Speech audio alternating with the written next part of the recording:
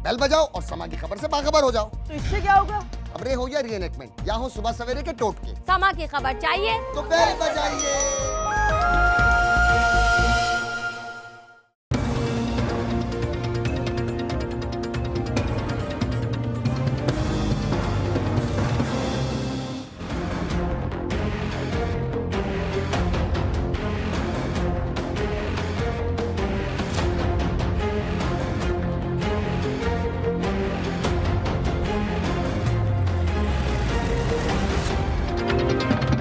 अस्सलाम वालेकुम। दो बड़ी खबरें हैं आज के लिए। एक तो बड़ा ही अफसोसनाक वाक़या है सरगोदा का, जहां एक दरगाह पे मतवल्ली ने 20 लोगों को मार दिया, कत्ल कर दिया।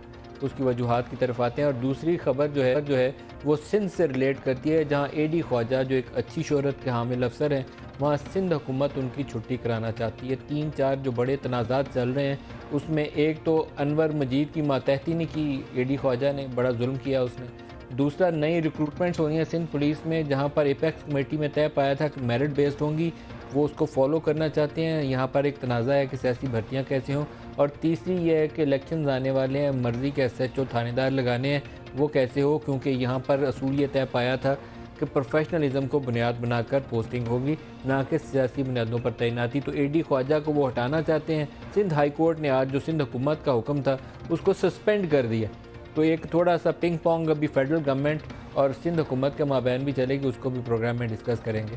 सरगोदा वाले वाक़े की तरफ आते हैं। सोशल मीडिया के ऊपर बहुत सी वीडियोस आपको देखने में मिलती हैं जहां नमाज का टाइम होता है, अजान हो रही होती है, और जो पीर साहब हैं, पीर साहब विराजमान होते हैं, बाकायदा वो भगवान की सूरत में बैठे होते हैं, नमाज का टाइम हो रहा है और मुरीदें और मुरीदैन उनके जो है कदमों में बैठे होते हैं, सजदे हो रहे होते हैं, अल्लाह ताला माफ़ फरमाए, और वो वहीं पे बैठे होते हैं। फिर ऐसी भी सूरत हाल नज़र आती है कि वो एक वजद के आलम में नाच गाना औरतें और मर्द इकट्ठे कर रहे होते हैं, और पीर साहब आके उनके किसी को थपथपाते हैं, किसी को गले लगाते हैं। ये भी आपने वीडियोस देखी होंगी। उसको भी, उस पर भी कानों को हाथ लगाने चाहिए, क्योंकि अल्लाह ताला ने और इस्लाम ने कुछ असूल वज़ा किए हैं। अगर आप दीन के पैरोकार बन के अपने आप को दीन का मामा चाचा बनाना चाहते हैं, तो बेसिक प्रिंसिपल को तो एटलीस्ट आप वायलेट नहीं कर सकते। ये जो अभी ताज़ा तरीन वाक़या है, इसके अंदर उनको जो मानने वाले थे पीर साहब के, जो भी पीर साहब थे, अल्लाह ताला उन्हें भी माफ़ फरमाए, क्योंकि ऐसा कोई इस्लाम में गुंजाइश नहीं है जो कुछ वो कर रहे थे। बरना हालत में उनको मारते थे डंडों से कि इससे आपके गुनाह बख्शवाए जा रहे हैं। ये कोई तरीक़ाकार इस्लाम में वाज़े नहीं है, कोई रिवाज नहीं है इसका, बिल्कुल गैर इस्लामी गैर शरई तरीक़ाकार है जिसको वो अपना रहे थे। गुज़श्ता रात जो इन्होंने 20 लोगों को मारा, उनको भी इसी तरीके से बुलाया गया और मार मार के उनको कत्ल कर दिया गया। कुछ के मतलब यह है कि उनको कुछ खिलाया पिलाया ऐसा गया जिसमें नशा आवर अद्वियात थी, लेकिन बाज़ लोग, जो 3-4 लोग ज़िंदा बच गए जिससे ये बात खुली, बाज़ों में इसने ये कहा कि हम सिर्फ अंदर गए तो डंडे मार मार के उन्होंने हमें बाहर फेंक दिया जब हम बेहोश हो गए कि ये भी मारा गया, लेकिन वो गलती से उनकी बच गया बेचारा। और उसी से ये बात खुली कि ये जो पीर साहब हैं या उसके मतवल्ली हैं, ये काम क्या कर रहे हैं। इस्लाम में कहीं ऐसी गुंजाइश है ही नहीं। आप अल्लाह के अलावा किसी को अपना खुदा मान ही नहीं सकते। ला इलाहा मतलब यही है कि अल्लाह के अलावा कोई माबूद नहीं है, सिर्फ एक अल्लाह है जिसके आगे आपने सजदा करना है और सज झुकाना है। उसके अलावा अगर आपने कुछ काम किया ऐसा कि ख़ुद को आपने मौला की जगह पे बिठा लिया, तो फिर वो जो कुरान पाक की आयत है कि ला तुफ़सिदू फ़िल अर्ज़ि, कि अल्लाह की ज़मीन पर फ़िसाद मत फैलाओ, ये लोग उनमें शुमार हो जाते हैं। आजकल फ़ौज ने ये रद्दुल फ़िसाद के नाम से ऑपरेशन भी शुरू किया हुआ है, लेकिन ये रद्दुल फ़िसाद ना किसी मज़ार के मौलवी को पकड़ता है, ना उन लोगों को पकड़ता है जिन्होंने कब्ज़े की ज़मीनों पर मसाजिद तामीर की हुई हैं। कब्ज़े की ज़मीन पर मस्जिद नहीं बन सकती। नबी पाक सल्लल्लाहु अलैहि वसल्लम की ज़िंदगी से साबित है कि मस्जिद बनानी थी तो पहले जगह की अदायगी की गई। ना उन लोगों को पकड़ता है जिन्होंने ज़मीनें हथियाकर मदारस बनाए हुए हैं, और ना उनको पकड़ता है जहाँ पर ये अनवांटेड लोग पनागाहें इनको मिल जाती हैं, ना उनको पकड़ता है। तो ये रद्दुल फ़िसाद कैसा है, ये नेशनल एक्शन प्लान कैसा है, जहाँ पर ऐसे मज़ार आज भी मौजूद हैं, ऐसे मतवल्ली आज भी मौजूद हैं जो 20 लोगों को कत्ल कर सकते हैं। गैर शरई गैर इस्लामी तहज़ीब के जो हमारी मुताबिकत ही नहीं रखती, उन चीज़ों को रवाज दे रहे हैं। और ये वीडियोस मौजूद हैं। मैं जो कुछ आपको बता रहा हूँ कुछ ऐसा नहीं है कि दुनिया से हट के बता रहा हूँ। अगर आप लोगों के पास यूट्यूब तक, फेसबुक तक एक्सेस मौजूद है, तो आपको ऐसे 2 नंबर जाली डब्बा पीरों की बहुत सी वीडियोस मिल जाएंगी, और वो बिल्कुल गैर इस्लामी हमारी, क्योंकि एक बड़ा अलमिया ये है कि शहबाज शरीफ साहब को पुल बनाने का शौक़ है, स्कूल बना के बच्चों को पढ़ाने का शौक़ नहीं है। अगर इस कौम को हमने पढ़ा दिया होता 30-40 साल के अंदर, तो इनको पता होता कि ये जो पीर बात कर रहा है ये इस्लाम में तो इसकी गुंजाइश ही नहीं है। इस्लाम और हदीस से हट के आप नया दीन जो है उसको ईजाद नहीं कर सकते। जो चीज़ें अल्लाह और उसके नबी सल्लल्लाहु अलैहि वसल्लम ने बयान कर दी वो हद है, उसको आप क्रॉस नहीं कर सकते। तो इन लोगों के ख़िलाफ़ ये जो रद्दुल फसाद है, असल में ये फसादी हैं, इनको सबसे पहले पकड़ें। तो दीन के अंदर ये जो हमारे यहाँ बहुत ज़्यादा इस वक्त एक कैफियत ये है कि हम मुसलमान कम हैं और फ़िरके ज़्यादा हैं, उससे बचने का थोड़ी सी गुंजाइश पैदा हो सकती है कि हम शायद मुसलमान बनना शुरू हो जाएँ। सुन्नी, देवबंदी, शिया और इस तरह की चीज़ों की बजाय शायद हम मुसलमान के तौर पर अपनी आइडेंटिटी जो है उसमें ज़्यादा फ़ख्र महसूस करें। तो ये दोनों प्रोग्राम के हमारे टॉपिक हैं जो हैं आज के प्रोग्राम में। हमारे साथ इस्लामाबाद स्टूडियोज़ में हमारे साथ हैं मोहसिन शाहनवाज रांझा साहब, PMLN से खुशामदीद कहता हूँ आपको। इमरान इस्माइल साहब PTI से हमें जॉइन करेंगे कराची से। इसके अलावा former secretary interior Tasneem Ahmed Noorani साहब लाहौर से हमारे साथ हैं, और सलमान अकरम राजा साहब मारूफ माहिर कानून है, वो भी लाहौर से हमारे साथ हैं। मौला बख्श चांडियो साहब पाकिस्तान पीपल्स पार्टी से हमारे साथ हैं। चांडियो साहब, आप फरमाइएगा, AD ख्वाजा क्या दुश्मनी हो गई आपकी? उनकी बड़े अच्छे अफसर हैं, क्यों उनको आपने फुटबॉल बनाया हुआ है? मेरा ख्याल है उनसे हमारी कोई दुश्मनी नहीं। वो तमाम तनकीदों के बावजूद जब हमने उनको रखा भी तो तब तनकीदें हुई थी, और हमने उनको रखा, उनको पसंद किया। वो बहुत अच्छे अफसर हैं, इसमें कोई दूसरी राय नहीं है। हमने उनके मतलब कुछ भी नहीं कहा। अनवर मजीद का कहा नहीं मानते, वो ये बड़ा वो गलत काम करते हैं। अनवर मजीद की बातें नहीं मानते, वो पुलिस रिक्रूटमेंट चाहते हैं मेरिट पे हो जाए, तो काफ़ी मसाइल हैं जी इसमें। रशीद साहब, आपसे बहुत मेरा कम बहस मुबाहिसा होता है, इख्तिलाफी। मैं अक्सर कभी कभार खामोश भी हो जाता हूँ, लेकिन ये बातें ज्यादा हैं। ये बातें अपने तरफ से जो बनाई गई बातें बहुत है। मेरे सामने AD ख्वाजा साहब ने हैदराबाद में तकरीर की, और उन्होंने कहा, बहुत बड़ा फंक्शन था पुलिस का, उन्होंने कहा, मैं कह रहा हूँ कि सिंध पुलिस में भर्तियों के हवाले से सिंध गवर्नमेंट का कोई भी मुझे पे दबाव नहीं था। अब लिए बैठे जी दबाव है। देखिए, अफसरों के बीच में अभी आपने भी थोड़ी देर पहले एक दूसरे प्रोग्राम में भी बात की है कि यूं चाहते थे, यूं करना नहीं चाहते थे, यूं करना चाहते थे। अगर देखिए किसी भी अफसर का अपनी सूबाई हुकूमत के मुकाबले में अपना कोई मंशूर है, अपने कोई मकासद है, तो लामोहला वो तसादुम तो हो जाता है। अपना क्या मंशूर है AD ख्वाजा साहब का? अपना मंशूर क्या है? आप मैंने नहीं, अभी आपके प्रोग्रामों में सुन रहा था कि वो चाहते थे कि यूं मुलाजमतें हो, वो चाहते थे कि यूं ईमानदारी हो, वो चाहते थे कि यूं, और हुकूमत के खिलाफ जा रहे थे। अगर हुकूमत के खिलाफ जा रहे थे, जो आप मीडिया बोले, मैं तो नहीं बोल रहा हूँ, मीडिया बोल रही है, हुकूमत के खिलाफ बिल्कुल नहीं जा रहे थे। हम तो कह रहे हैं कि एपेक्स कमेटी के इजलास के अंदर जो असूल तय पाए थे वो उसको फॉलो कर रहे थे, और अनवर मजीद की मतहत नहीं कर रहे थे। कोई इख्तिलाफ ही नहीं था। उन्होंने जो कुछ किया उसको एपेक्स कमेटी में हम सब ने माना और उनको खराज तहसील पेश किया। तो फिर निकाला क्यों? अभी बहुत सारी बातें भी हो सकती है, ये तो नहीं है। ये हक है हुकूमत का, अगर किसी मामले पे कोई अनबलत बन सकती है, कोई मैं बड़ी ईमानदारी से आपके साथ तजिया और तबसरा कर रहा हूँ, हो भी सकता है, लेकिन ऐसा कोई दबाव का मामला सिंध गवर्नमेंट में है ही नहीं। क्यों निकाल रहे थे आप उन्हें? चांडियो साहब क्यों निकाल रहे थे आप उन्हें? देखिए, बात ये नहीं है, एक उनका हक है, एक हुकूमत सिंध का इस्तेहकाक है। अगर वो किसी बात में समझते हैं कि उनके दरमियान कोई हमख्याली नहीं है, तबादले हो सकते हैं। हमख्याली किन बात पे नहीं थी, यही तो मैं जवाब चाहता हूँ, क्योंकि मेरा तो ख्याल है कि ये 3 इशू थे। मैं अगर बिल्कुल ही वज़ीर आला सिंध होता तो मैं वो फाइल या ऐसे कोई कागजात है, ऐसे कोई फैसले तो मैं बताता। क्या अनवर मजीद बहुत ताकतवर शख्स है सिंध हुकूमत में? अनवर मजीद यहाँ पे ऐसे नहीं है। मैं अनवर मजीद का जानता भी नहीं हूँ, ईमानदारी की बात है। मैंने देखा भी नहीं, मुझे आपकी कसम है, मैंने देखा भी नहीं, मैंने हाथ भी नहीं मिलाया। सर, बड़े आदमी हैं, वो आसानी से हाथ नहीं मिलाते। बड़े आदमी आसानी से हाथ नहीं मिलाते। बड़े आदमी आसानी से हाथ नहीं मिलाते। वो अलग बात है, मैंने देखा भी बखुदा नहीं है। मैं उनकी वजाहत क्यों बैठ के करूँ? मैं पार्टी का हूँ, पार्टी की तो बात करूंगा। और दूसरी बात, मैं आपको यकीन दिलाता हूँ, लेकिन इस मामले में वफाकी वज़रा का कूद जाना ये अच्छी बात नहीं है। वफाकी वज़रा को इतना अच्छा लगे, इतना बड़ा अच्छा अफसर है AD ख्वाजा साहब, ले जाए पंजाब में IG बनाए और हमारी बड़ी मजम्मत हो जाएगी।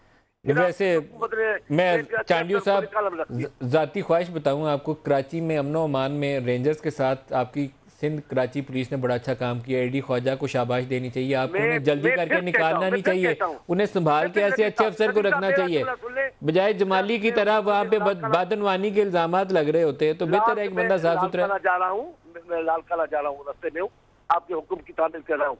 मैं आपको बता देता हूँ, ख्वाजा साहब मुझे बहुत प्यारे हैं, मैं उनकी बड़ी इज्जत करता हूँ, वो जानते हैं हम उनकी बुराई में नहीं, हम उनके खिलाफ नहीं, लेकिन सिंध हुकूमत ने कोई फैसला किया है तो उसमें वफाकी हुकूमत कुल्ले और पगड़ियां पहन के खड़ी हो गई है, ये तो मुनासिब तरीका उनका नहीं है। अच्छा, वफाकी हुकूमत से पूछते हैं, रांझा साहब आप बताएं जनाब, आप एडी ख्वाजा सिंध में रहना चाहिए या पास कोई ज्यादा ताकत है, वहाँ मजबूरी रखना उनकी? अगर सिंध हुकूमत के साथ बात यह है कि नहीं रहने चाहिए। मैं इनकी हमेशा से काफी इनकी गुफ्तगू जो संजीदा होती है।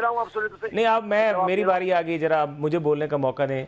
मैं ये कह रहा हूँ कि हमेशा से इनकी गुफ्तगू बड़ी संजीदा रही है, हमारी पीपल्स पार्टी का मौक़िफ़ बड़े तरीके से देते हैं, और बात कुछ हद तक इनकी ठीक है कि अगर सूबे की एक पॉलिसी है और उस पॉलिसी को सूबा आगे लेके चलना चाह रहा है और कहीं ना कहीं कॉन्फ्लिक्ट आ रहा है, तो फिर आप उनको वापस बुला लीजिए। तो वहाँ पे नहीं, मैं आपको मुझे ख़त्म करने दें, वापस उनको बुलाना तो बात की बात है। हम तो उसके बीच में ये करेंगे कि हम तो यही कोशिश करेंगे, हम इनको पंजाब की एग्जांपल दे देंगे। हम कहेंगे जी पंजाब में देखें टेन्योर कितना है आईजीज का, हमारा कोई चीफ सेक्रेटरी आएगा या हमारा कोई आईजी आएगा तो हम उसका टेन्योर जो है इसलिए लंबा रखेंगे कि जो उसकी विजन है कि उसने रिफॉर्म्स अगर पुलिस में करनी है। मियां साहब की ऐसी मिसालें मौजूद हैं, आइडियल बना के पेश ना करिएगा, मियां साहब ने खुद ऐसी मिसालें कायम की हुई हैं। नहीं, वो मिसालें देखिए केस टू केस बेसिस, लेकिन आपको पिछले 2-3 सालों में ऐसी मिसाल शायद कम नजर आए। मियां साहब 35 सालों से, हम 35 सालों 2-3 सालों में तो आपको पिछले 35 साल की सियासत, तो जो 1990s की सियासत है वो तो तरीकाकार फर्क था या हो जाता होगा, लेकिन अभी रिसेंटली कई जगहों पे एमएनएज एमपीएस के इख्तलाफात खड़े हो जाते हैं, मिनिस्टर्स के इख्तलाफात आईजी से भी खड़े होते हैं, लेकिन चीफ मिनिस्टर साहब उसको रिमूव नहीं करते बिकॉज उसने एक फोर्स को कमांड करना है, फोर्स का भी मोराल होता है। तो इन चीज़ों में फोर्स का मोराल भी सामने रखना चाहिए, उसकी वर्किंग को भी देखना चाहिए। अगर वो वाकई क्राइम के खिलाफ, जिस तरह उसने कराची में एपिक्स कमेटी में उसने किरदार अदा किया, कराची ऑपरेशन में उसने किरदार अदा किया, तो ऐसे अच्छे अफसर की कदर जरूर करनी चाहिए। और ये मुकामी गवर्नमेंट की जिम्मेदारी है, सिंध गवर्नमेंट की जिम्मेदारी है कि सिंध गवर्नमेंट जो है, तस्नीम नूरानी साहब को भी गुफ्तगू में शामिल कर लें। और तस्नीम नूरानी, एक मौका दीजिए। तस्नीम नूरानी साहब, एक माजी की एक से जायद मिसालें मौजूद है कि चीफ मिनिस्टर पंजाब थे नवाज शरीफ साहब, और सरदार मोहम्मद चौधरी साहब एज एडिशनल आईजी उन्हें पसंद थे उन्हें, वफाक उनकी सर्विसेज वापस लेना चाह रहा था, तो नवाज शरीफ साहब ने रिफ्यूज़ कर दिया कि मैं नहीं देता। हाई कोर्ट तक मामला चला गया था, शायद जस्टिस रमदेव वगैरह ने उस वक्त उनका केस लाहौर हाई कोर्ट में सुना था। और भी बेशुमार ऐसे अफसरों के तराजे थे जब बीबी यहाँ सेंटर में थी और मियाँ साहब सूबे में हुकूमत करते थे। तो ये नई चीज़ नहीं दौर में नदीम इसका तरीकाकार क्या होता है? तस्नीम अहमद नूरानी साहब, देखिए तरीक़ाकार तो ये होता है सादा कि जब आईजी या चीफ सेक्रेटरी जो है वो चूँकि फेडरल गवर्नमेंट के अफसर होते हैं, तो फेडरल गवर्नमेंट के अफसरों के लिए वो रिक्वेस्ट भेजते हैं टू द फेडरल गवर्नमेंट, और फेडरल गवर्नमेंट उनको 3 नाम भेजती है जिसमें से सूबे को सिलेक्ट कर लेते हैं और उसको वो अपॉइंट कर दिया जाता है। तो ये मुशावरत से होता है, मगर बेसिकली चूँकि फेडरेशन के अफसर होते हैं इस वजह से फेडरेशन उन पर कंट्रोल होता है और फेडरेशन की एक प्रीरोगेटिव होती है। ये तो जब आपको याद होगा कि भुट्टो साहब का जब दौर था, मुजफ्फर मलिक साहब जो चीफ सेक्रेटरी थे, तब भी इसी तरह हुआ था कि जो चीफ सेक्रेटरी थे उनकी पास पसंद के नहीं थे और उनको वापस कर दिया गया था। ये जो है इशू ये तो चलते रहते हैं, बट बेसिकली सूबे का भी इसमें एक रोल है कि वो उसको सरेंडर कर सकते हैं या हटा सकते हैं।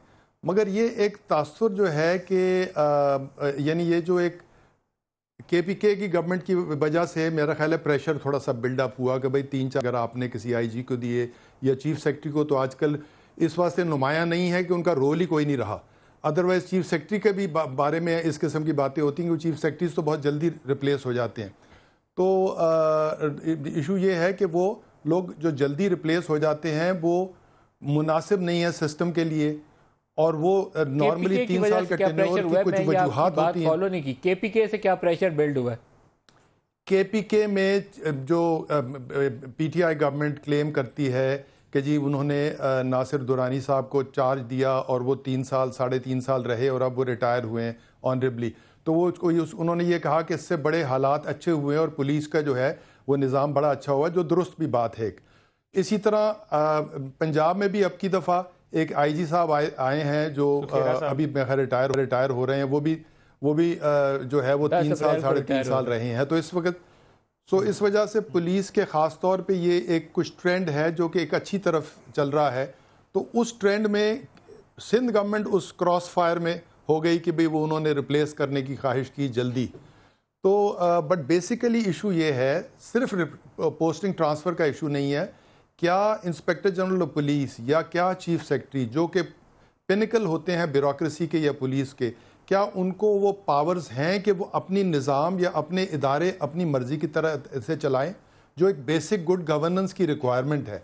मसला ये है कि ऑलमोस्ट किसी भी सूबे में ये नहीं हो रहा। ब्यूरोक्रेसी की अपनी इंडिपेंडेंस कम से कम हो रही है, आया वो पुलिस हो या सिविल हो। और सो देयरफॉर ये एक तबादला तो एक अलामत है जो कि हाई कोर्ट ने, सिंध हाई कोर्ट ने उसको पहले भी गालिबन किया था, अब भी मेरा ख्याल है कि आज की खबर यह है कि कर दिया है। बट इशू ये है कि क्या इन हुकूमतों में जो ब्यूरोक्रेसी है उसको वो कॉन्फिडेंस या उसको वो रिस्पेक्ट या उसको वो टाइम दिया जा रहा है डिलीवर करने के लिए? अगर सियासतदान माइक्रो मैनेज कर रहे हैं। सलमान अकरम राजा साहब, आपसे भी इस पे चाहूँगा कि असूल क्या है? वफाक से जो अफसर जाता है सूबे में, वफाक बाख्तियार है कि आईजी को वहाँ कायम रखे, या सूबा कहता है कि नहीं वापस ले लो तो वापस ले लें? देखिए, जहाँ तक आईजी के ओहदे की बात है और इसी तरह दीगर लेवल के जो अफसरान हैं वो वफाक और सूबे की रजामंदी से ही तैनात होते हैं। ये नहीं हो सकता कि वफाक एक ऐसे अफसर को किसी सूबे पे मुसल्लत कर दे जो वो सूबे को या उस सूबे की हुकूमत को बिल्कुल काबिल कबूल ना हो।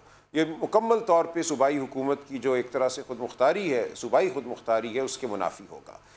लिहाजा निज़ाम चलता मुफाहमत से ही है। सूबे और वफाक के दरमियान गुफ्त शुनीद होती है, नाम भेजे जाते हैं सूबे की तरफ से अफसरान के कि इनमें से एक हमें दे दीजिए, और वफाकी हुकूमत उन नामों को पेश नज़र रखती है अफसरान मुहैया करते वक्त सूबे को। लिहाजा ये एक मुफाहमत का जो तरीका है ये बिल्कुल हमारे निज़ाम में राइज है। यहाँ पर ये हुआ कि सूबाई हुकूमत ने, जी मैं अर्ज़ करता हूँ, यहाँ यूँ हुआ कि सूबाई हुकूमत ने यह चाहा कि आईजी साहब को, ख्वाजा साहब को सरेंडर कर दिया जाए वफाकी हुकूमत के पास, और वफाकी हुकूमत को उन्होंने 3 नाम भेजे और कहा इनमें से किसी को बतौर आईजी सूबा सिंध भेज दिया जाए। जो पिटिशन की गई या जो दरख्वास्त दी गई सिंध हाई कोर्ट में, उसका जो ऑर्डर सामने आया है उससे ये बात सामने आई है कि एक तकनीकी बुनियाद पे सिंध हाई कोर्ट ने इस ऑर्डर को सिंध हुकूमत के सस्पेंड किया है। कुछ माह कबल सुप्रीम कोर्ट का एक फ़ैसला आया था वफाकी हुकूमत के हवाले से। आपको शायद याद हो कि वफाकी हुकूमत का मतलब सिर्फ वज़ीर आज़म साहब नहीं है, वफाकी हुकूमत के फ़ैसले तमाम काबीना की शमूलियत से होने चाहिए।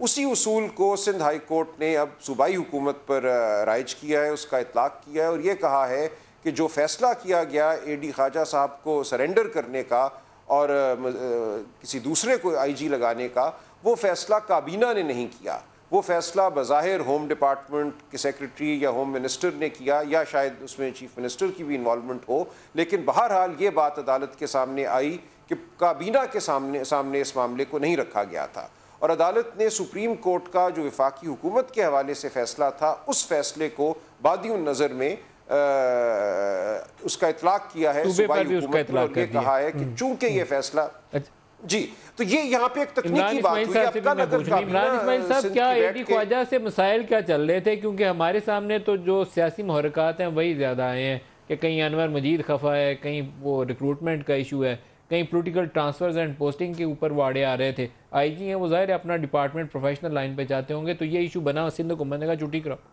आप क्या कहते हैं, क्या वजह लगती है आपको? शुक्रिया नदीम साहब। मैं समझता हूँ कि पीपल्स पार्टी से एक बड़ी गलती हुई AD ख्वाजा को IG लगा के। जो सिस्टम पीपल्स पार्टी की गवर्नमेंट में राइज है सिंध में, थानों में SHOs के, SSPs के, SPs के, DSPs के तबादलों पे, पोस्टिंग्स पर, वो सारा फंड पैसे के ऊपर बेस करता है। हर थाने की अपनी कीमत है, हर थाने की अपनी एक वैल्यू है, और उस थाने की बोली लगती है कि जी ये हफ्ते का इतना थाना है, ये हफ्ते का इतना थाना। ये मैं कोई अनोखी बात नहीं कर रहा, मैं ये हम सबको पता है कि ये हो रहा है। यहाँ पे थानों की बोलियाँ लगती हैं, कौन सा थाना कितना हफ्ता देगा, कौन सा थाना कितना हफ्ता देगा, उसका बोली के पैसे कौन वसूल करते हैं? वो आईजी होता है जो बोली के पैसे कौन वसूल करते हैं इमरान साहब? क्योंकि हम तो आईजी को एक अच्छा अफसर करार दे रहे हैं, तो बोली के पैसे कौन वसूल करता है? सेंट्रल गवर्नमेंट सरकार लेती है, ऊपर तक जाता है, सब बंटवारा होता है। वो उससे ऊपर कहाँ जाके वो मामला रुकता है वो मैं नहीं कह सकता कि वो मामला चीफ मिनिस्टर पे रुकता है, इंटीरियर मिनिस्टर पे रुकता है, या वो ऊपर तक चला जाता है, मैं वो नहीं कह सकता। लेकिन ये होता है, थाने से पैसा जाता है, ये बात, ये ज्यादा सख्त इल्जाम हो जाएगा। जी चांडियो साहब, आप इसको रिस्पॉन्ड करना चाहते हैं? नहीं सर, ये इल्जाम नहीं है, ये आप इसको थोड़ा सा अगर तहकीक कर लेंगे तो आपको पता लग जाएगा। किसी एसएचओ से जो आपका जानने वाला हो कॉन्फिडेंशियली पूछ लीजिए, वो आपको ये बता देगा कि वो कितना हफ्ता दे रहा है या कितना महीना दे रहा है। और ये चीज कोई आईजी आके इस सिस्टम को ब्लॉक करे, जो किसी अफसर का, मेरी अर्ज पूरी सुन लेना सर, मेरी अर्ज पूरी सुन लें, मैं बड़ी देर के बाद चांडियो साहब जरा से इजाजत देंगे, मैं अपनी बात पूरी करूँ। सूबाई हुकूमत से तो मेरा ख्याल है उसका तबादला होना लाजमी हो जाता है। दूसरी बात, अगर कुछ बेईमानियां चल रही हैं तो वो 1 महीने से नहीं है, इतने अरसे से। अगर ये पैसे लिए जा रहे हैं, थाने बिक रहे हैं, जैसे मेरे दोस्त बोल रहे हैं, अगर थाने बिक रहे इतना अरसा वो कैसे रहे हमारे आईजी साहब? तीसरी बात, अगर इतने अच्छे हैं, हम तो कहते हैं अच्छे हैं, लेकिन अगर इतने पसंद है पंजाब को, पंजाब बुला ले उनको अपने पास। चौथी बात जो मैं फाइनल करना चाहता हूँ, ये सूबे का इस्तेहकाक है कि अगर वो नहीं बन रहे, उनके अपने मकासद है, तो अवलन तो खुद छोड़ देना चाहिए कि जनाब मुझे ट्रांसफर करें। लेकिन नहीं तो ये अब वो बातें कर रहे हैं हमारे जो हमारे पीसीआई के मेरे यार है, मेरे वो जो बातें कर रहे हो ना इंसाफी की बातें, वो अच्छी बातें नहीं है। मैं यहाँ पे आपको एक मिसाल देना चाहूंगा। हाँ, दे दीजिए जल्दी से। यहाँ पर एक डॉक्टर रिजवान था, डीपीओ था, सरगोदा में लगा हुआ पिछले टेन्योर में, और वफाकी गवर्नमेंट के एक ने उसको वहां से ट्रांसफर किया और उसको बलोचिस्तान ट्रांसफर किया क्योंकि उसने पीपल्स पार्टी के एक सिटिंग एमपी के खिलाफ एफआईआर काटी थी। और आई रिमेंबर कि पिछले दौरे हुकूमत में वफाकी गवर्नमेंट ने पूरा जोर लगाया था और वो कोर्ट से जाकर रिलीफ लेकर आया था। तो इंतकामी कार्रवाई तो पीपल्स पार्टी ने वफाक में रहते हुए ऐसे ऑफिसर के खिलाफ नहीं छोड़ी उन्होंने। एक ब्रेक ले लें जी, ब्रेक से वापस आते हैं। तो सरगोदा बीगों का कातिल और ऐसे बहुत से और ऐसे पीर साई हैं जिनके ऊपर हाथ डालना चाहिए, स्टेट को हाथ डालना चाहिए उन पीरों के ऊपर जो हमारी कौम की खराबी का सबब बने हुए हैं। ब्रेक ले लें, उसके ऊपर बात करते हैं। हमारे साथ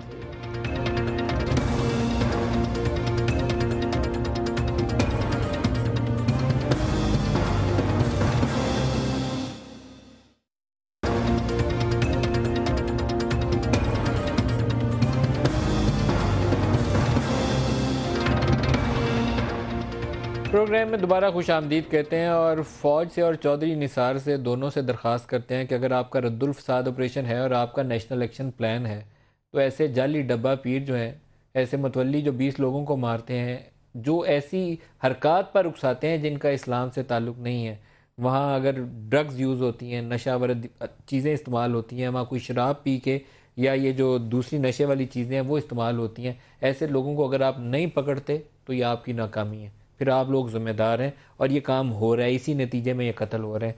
मैं आपसे पूछता हूँ राजा साहब, हो क्या रहा था वहाँ पर उस मज़ार के ऊपर?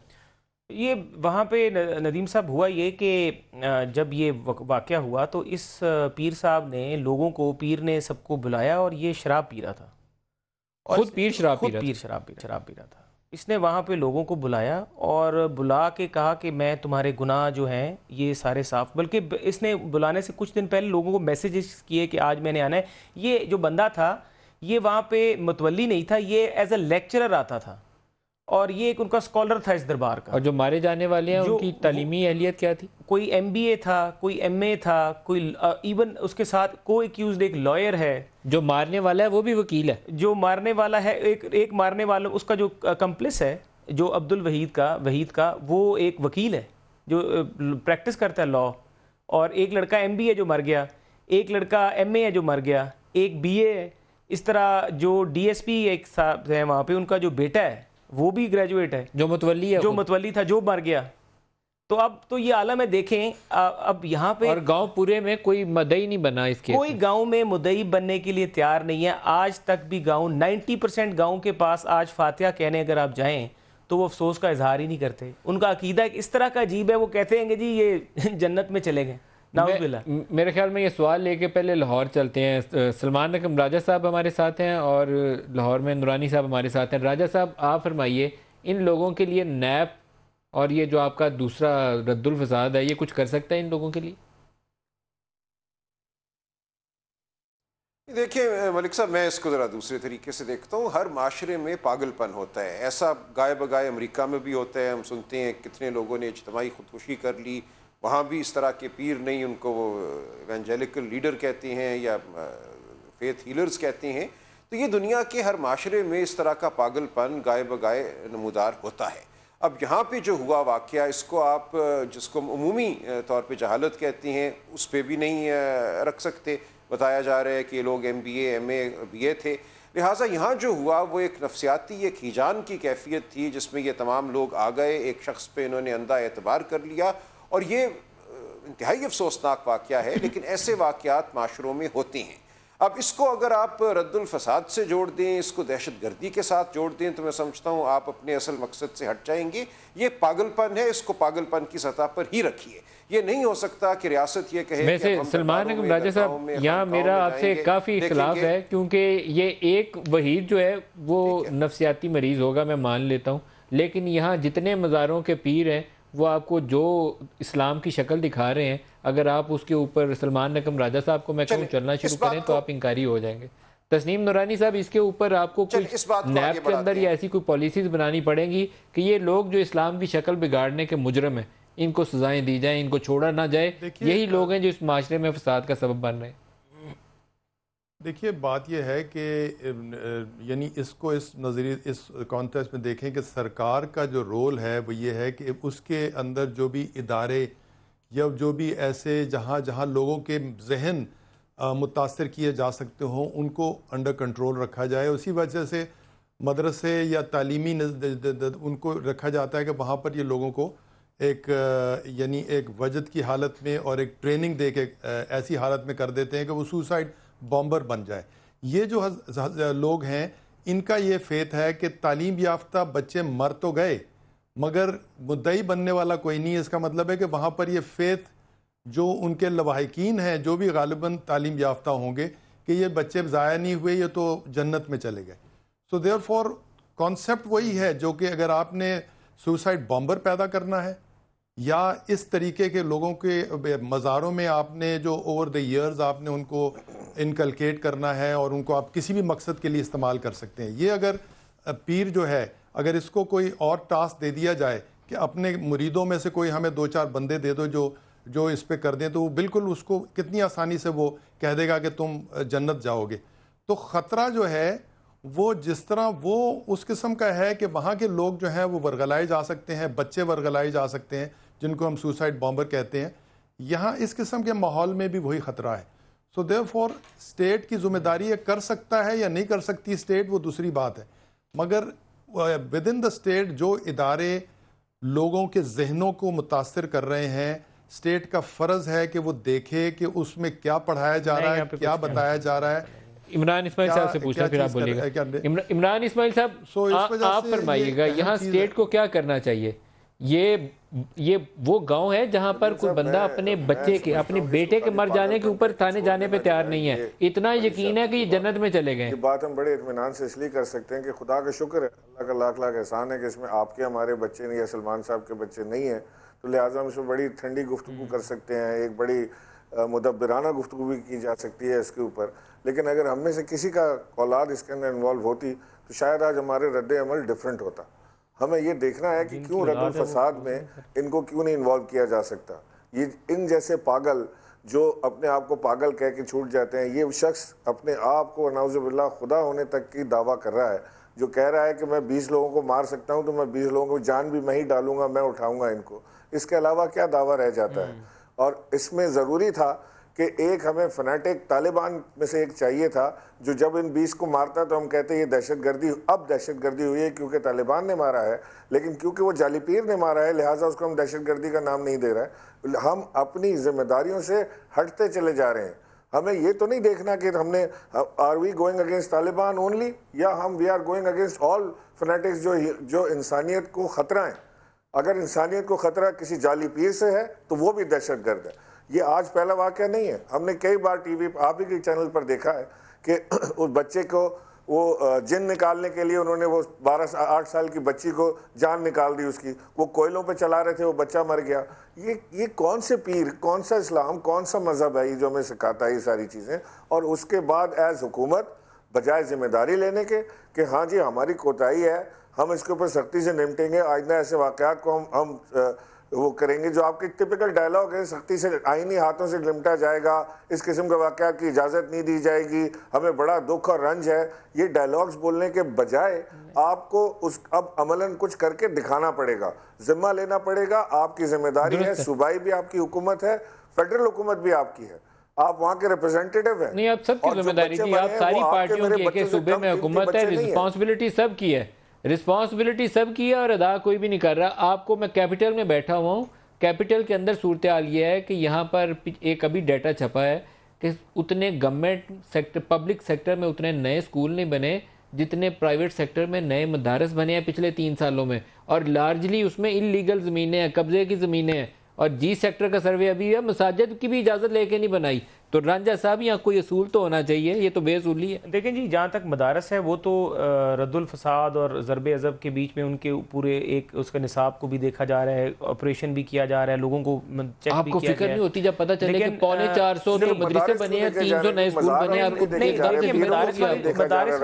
मदारस का तो एक एक्शन हो रहा है, मदारस का तो कोई एक्शन हो रहा है। जहाँ तक सवाल है, अब मैं थोड़ा सा ये बात, अनरेगुलेटेड मदारस हैं, not registered madrasas in federal capital. हाँ, मैं बिल्कुल मैं कह रहा हूँ, और ऐसे मदारस के कई ऑपरेशंस हुए भी हैं। पिछले दिनों टीवी में भी आ रहा था कि कई जगहों पे ऐसे नजायज कब्जे हुए जिन मदारस के ऊपर, और उन नजायज कब्जों से जमीन जो है वो वाले ऑपरेशन है कि यकीन रखिए हमने तैयार कर रखा है, ये वो वाले ऑपरेशन तैयार कर रखा है। देखें यहाँ पे ये तो बिल्कुल हो रहा है, लेकिन जहाँ तक अभी ये सरगोदा वाला वाक़या, वहाँ पे जो FIR कटी है वो दहशतगर्दी के एक्ट के नीचे कटी है, 780 और उसके अब हुकूमत जो है, जब से ये रद्दुल फसाद और ज़रबे अज़ब शुरू हुए, अब 780 की जो FIR है नॉर्मल वकूए में नहीं कटती, चाहे अब कितनी भी मुद्दई कोशिश कर ले कि ये दहशतगर्दी थी, दहशतगर्दी में ही कटती है। और जो ये बात करें नूरानी साहब, ये बिल्कुल दुरुस्त है, ये ब्रेन वॉशिंग है, और इसका बिल्कुल हमें एक स्टांस भी लेना पड़ेगा, और इसके खिलाफ ये ऑपरेशन जो है, ये देखें अब बात है अकीदे की।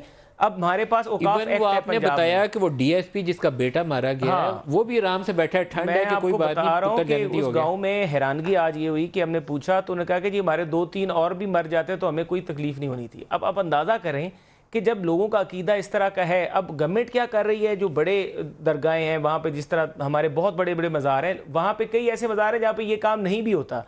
अब होना ये है कि जो ऐसे मज़ार है जो बिल्कुल ठीक है, जहाँ पे बिदत नहीं होती, जहाँ पे इस तरह के नशे और इस तरह की चीज़ों का इस्तेमाल नहीं होता, अब वो एक स्क्रूटनी होनी है। अब ये क्वेश्चन आ गया, हमने अब स्क्रूटनी होगी। गवर्नमेंट ने एक मैपिंग पहले की थी कुछ अर्सा पहले, तमाम ऐसे मज़ारों की, जो कितने ऐसी जगह हैं जहाँ चर्च इस्तेमाल की जाती है। अब मैं बिल्कुल बिल्कुल आई एग्री कि यहाँ पे कई ऐसे हैं, ऐसी दरगाहें हैं जहाँ पे ये हो रहा है। मलंगों का कॉन्सेप्ट क्या है, भंग का ये है। ब्रेक ले लो, ब्रेक से बाद राजा साहब से पूछेंगे, ब्रेक ले लें, हमारे साथ रहिएगा।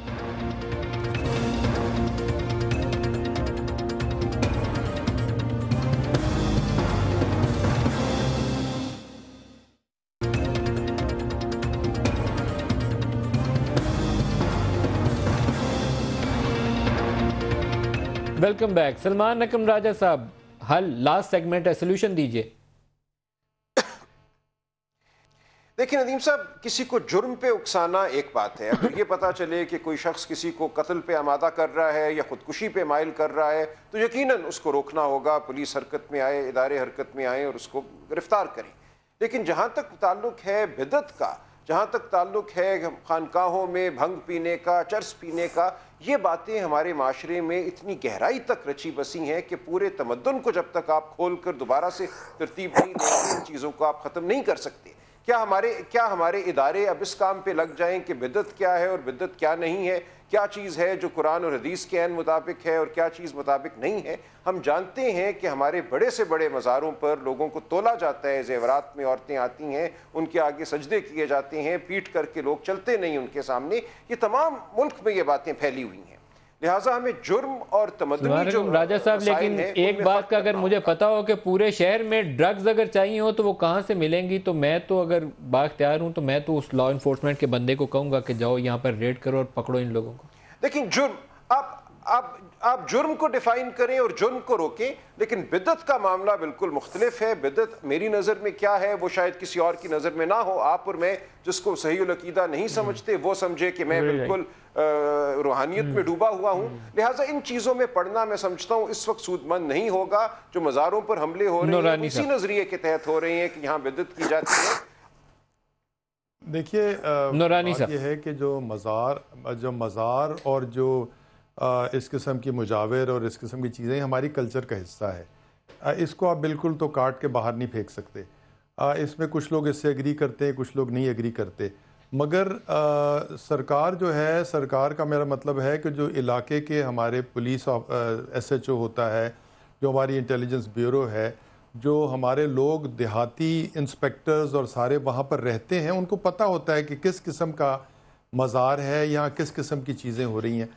उस पर मैं समझता हूँ कि पॉलिसी कोई बननी चाहिए कि जो चीज़ें ऐसी हैं जो कि इंसानी ज़िंदगी को नुकसान पहुँचा सकती हैं या जो माशरे में मिसयूज़ हो सकती हैं, उनकी एक मैं समझता हूँ कि बननी चाहिए लिस्ट।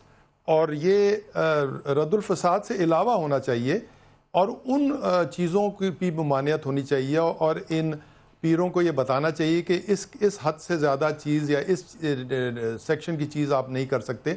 तो कहने का मतलब ये है कि है एक ऐसी चीज़ जो कि हटाई नहीं जा सकती फ़ौरन, मगर इन पे नज़र रखना और इनको एक लाइन ऑफ एक्शन देना और एक टर्म्स ऑफ रेफरेंस देना एक किस्म का, वो ज़रूरी है ताकि ज़ाब्ता कार के अंदर इन सारों को काम करना चाहिए। ड्रग्स नहीं एटलीस्ट वहाँ होनी चाहिए। इमरान साहब एक लाइन आपसे, वन लाइनर। ये एक फैसले की बात है कि क्या होना चाहिए क्या नहीं होना चाहिए। मैं ये समझता हूँ कि वो चाहे APC का वाक़या हो, एक्सट्रीमिस्ट, या वो ये मज़ार के ऊपर मर्डर्स हों, या वो मॉडल टाउन के मर्डर्स हों, या कराची की बुरी बंद लाशें हों, ये सब दहशतगर्दी है। सबको एक दहशतगर्दी की नज़र से देखना चाहिए और स्टर्न एक्शन इनके ऊपर लेना चाहिए। जैसे हम जो डिक्लेयर्ड टेररिस्ट हैं या वैसी जो ग्रुप्स हैं जो डिक्लेयर्ड टेररिस्ट हैं, उनके ऊपर हम एक्शन लेते हैं या उनके साथ हम सख्ती बरतते हैं, उसी तरह से ये भी होना चाहिए। मैं मज़ारों के ख़िलाफ़ नहीं हूँ, मज़ार अपनी जगह हैं, औलिया अपनी जगह हैं, लेकिन बिल्कुल ठीक है। रंजन साहब वन लाइनर आपसे। देखिए जी, मज़ारों के ख़िलाफ़ बिल्कुल नहीं है। हम लोग बड़ा एक वाज़ेह बात करते हैं कि यहाँ पर अब इस वक्त अकीदे की बात है और ये सलमान राजा साहब ने ठीक कहा है कि जो मेरा अकीदा है वो दूसरे का हो सकता ना हो, तो हमें इसकी कोमिंग करनी चाहिए। अब इसके ऊपर लेजिस्लेशन भी स्पेसिफिक आना चाहिए और तमाम जो मज़ार के जितने भी वली हैं यहाँ पर, उन सब लोगों को उसके बीच में पार्टिसिपेट करना चाहिए और ये उनका भी फ़ायदा है। वो ये उनके अकीदे को चैलेंज नहीं किया जा रहा, उनकी एक ज़ाब्ता कार बनाए ताकि उनका भी ये फ़ायदा कि आज इतने लेट डाउन वो सारे के सारा मोहसिन शहबाज, रंजा साहब, इमरान इस्माइल साहब, तस्नीम नूरानी साहब और सलमान राजा साहब, सबका शुक्रिया हमारे साथ रहे। आज के लिए इतना ही, इजाज़त दीजिए। खुदा हाफिज़।